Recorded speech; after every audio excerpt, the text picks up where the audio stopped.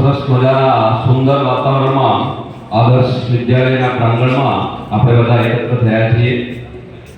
આજનો જે પ્રસંગ છે એની પૂર્વ ભૂમિકા ચૌધરી સાહેબે આપણી સમક્ષ રજૂ કરી છે.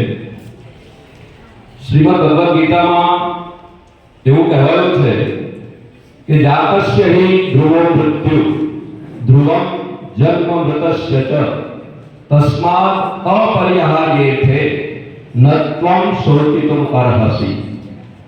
એનો અર્થ એ છે કે જે જન્મે છે તેનું મૃત્યુ નિશ્ચિત છે અને જેનું મૃત્યુ થયું છે એનો પુનર્જન્મ પણ નિશ્ચિત છે.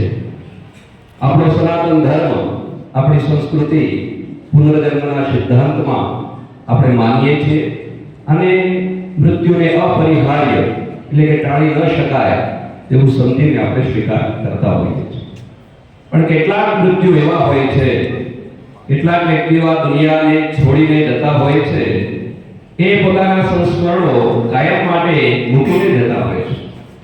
એવું જ એવા જ એક વ્યક્તિ કે જે આ જ સંસ્થાનો વિદ્યાર્થી હતો, એક સરસ મજાનો તંદુરસ્ત બાળક, આપણા આદર્શ વિદ્યાલયમાં રહીને અભ્યાસ કરતો વિદ્યાર્થી દર્શન ઠક્કર 2006ની સાલમાં અહીંયા મને યાદ છે ત્યાં સુધી આપણા સુવર્ણ જયંતિનું વર્ષ પણ હતું અને એના સંચાલનમાં જે વિદ્યાર્થીઓની ટુકડી હતી એમાં પણ દર્શન ખૂબ જ સક્રિય હતો. પરંતુ શાંતિગીરીનું જે કુટુંબ છે ખૂબ પ્રફુલ્લિત અને સરસ મજાનું કુટુંબ, પણ કદાચ વિધિને એમના સુખની ઈર્ષ્યા આવી હશે એટલે એના કારણે થોડો માંદગીમાં સપડાયો દર્શન. ઘણી બધી દવાઓ કરવા છતાં એને બચાવી ન શકાયો અને અકાળે 31 ડિસેમ્બર 2006ના રોજ એમનું નિધન થયું. ત્યારથી માંડી અને શાંતિભાઈ ઠક્કરે એવું નક્કી કર્યું છે કે મારે મારા આ પુત્રને ચિરંજીવ બનાવવો છે. બીજી એક ઘટના જે એડમિશન સાથે સંકળાયેલી છે, મિલન નામનો એક વિદ્યાર્થી આપણા દિશાનગરનો હતો. એના પિતા શ્રી જશુભાઈ કન્ના, એ પણ ખૂબ તેજસ્વી વિદ્યાર્થી હતો અને અમદાવાદની એક શાળામાં રહી અને અભ્યાસ કરતો હતો. એની સાથે પણ આવી એક દુર્ઘટના બની અને એનું પણ અકાળે અવસાન થયું.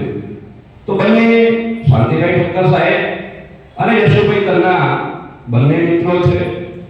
બંને સાથે મળી અને પોતાના સુપુત્રોની યાદમાં આ ટ્રસ્ટ બનાવેલું છે, સ્વર્ગસ્થ દર્શન મિલન ચેરિટેબલ ટ્રસ્ટ. દર વર્ષે આ ટ્રસ્ટ દ્વારા જુદી જુદી સેવાકીય પ્રવૃત્તિઓનું આયોજન કરવામાં આવે છે. શાંતિનો પરિચય આપણા પ્રિન્સિપાલ સાહેબે તો આપ્યો છે. એમણે એ વાત પણ કહી કે અહીંયાથી નજીક 12 કિલોમીટર દૂર હું પણ એ શાળામાં શિક્ષણ રહ્યો છું 35 વર્ષ સુધી. સરસ મજાનું શૈક્ષણિક સંકુલ છે. એના શાંતિભાઈ સાહેબ શરૂઆતથી 1983 થી એ સંસ્થા શરૂ થઈ ત્યારથી એના માર્ગ મંત્રી તરીકે સેવા આપી રહ્યા છે. તો આ જે સ્પર્ધા છે દર 31 ડિસેમ્બરે યોજાતી અને એને રામપુરા શાળાની અંદર લગભગ 16 વર્ષ સુધી 2007 થી માંડી અને 2022 સુધી સતત આ સ્પર્ધા ત્યાં યોજતા હતા. ખૂબ સરસ મજાનો કાર્યક્રમ હતો. સાહેબનો ઉદ્દેશ એ છે કે બાળકોમાં રહેલી સુષુપ્ત વક્તૃત્વ કલા નીકળે.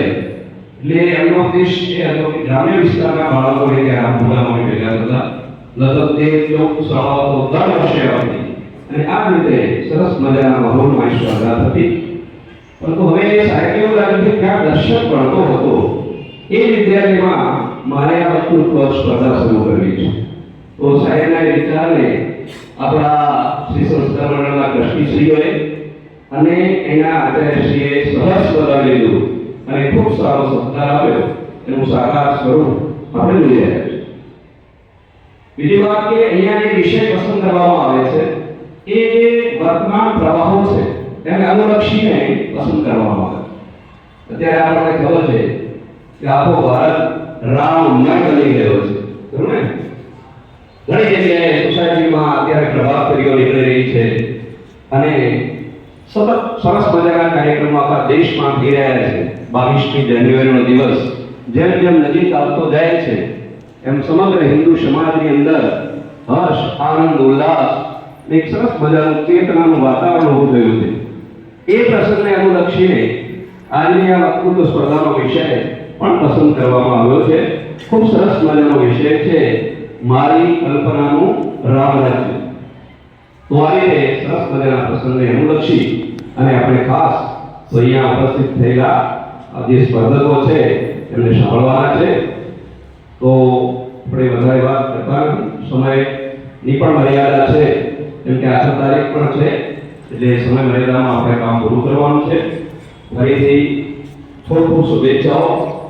અને આ પ્રસંગે જ્યારે આપણે દર્શનને નિમિત્ત બનાવીને એકત્ર થયા છીએ ત્યારે આપણે અહીંયા ઉપસ્થિત દરેક મહાનુભાવો વતી, દર્શન મિલન ચેરિટેબલ ટ્રસ્ટ વતી અને સમગ્ર આદર્શ વિદ્યા સંકુલ વતી પુનઃ સ્વર્ગસ્થ દર્શનને ભાવભરી શ્રદ્ધાંજલિ આપું છું. અને એનો આત્મા જ્યાં પણ હોય પરમ કૃપાળુ પરમાત્મા એને ખૂબ ઊંચું સ્થાન આપે અને એની સ્મૃતિઓ ચિરંજીવી રહે એવી અભ્યર્થના વ્યક્ત કરું છું. આભાર.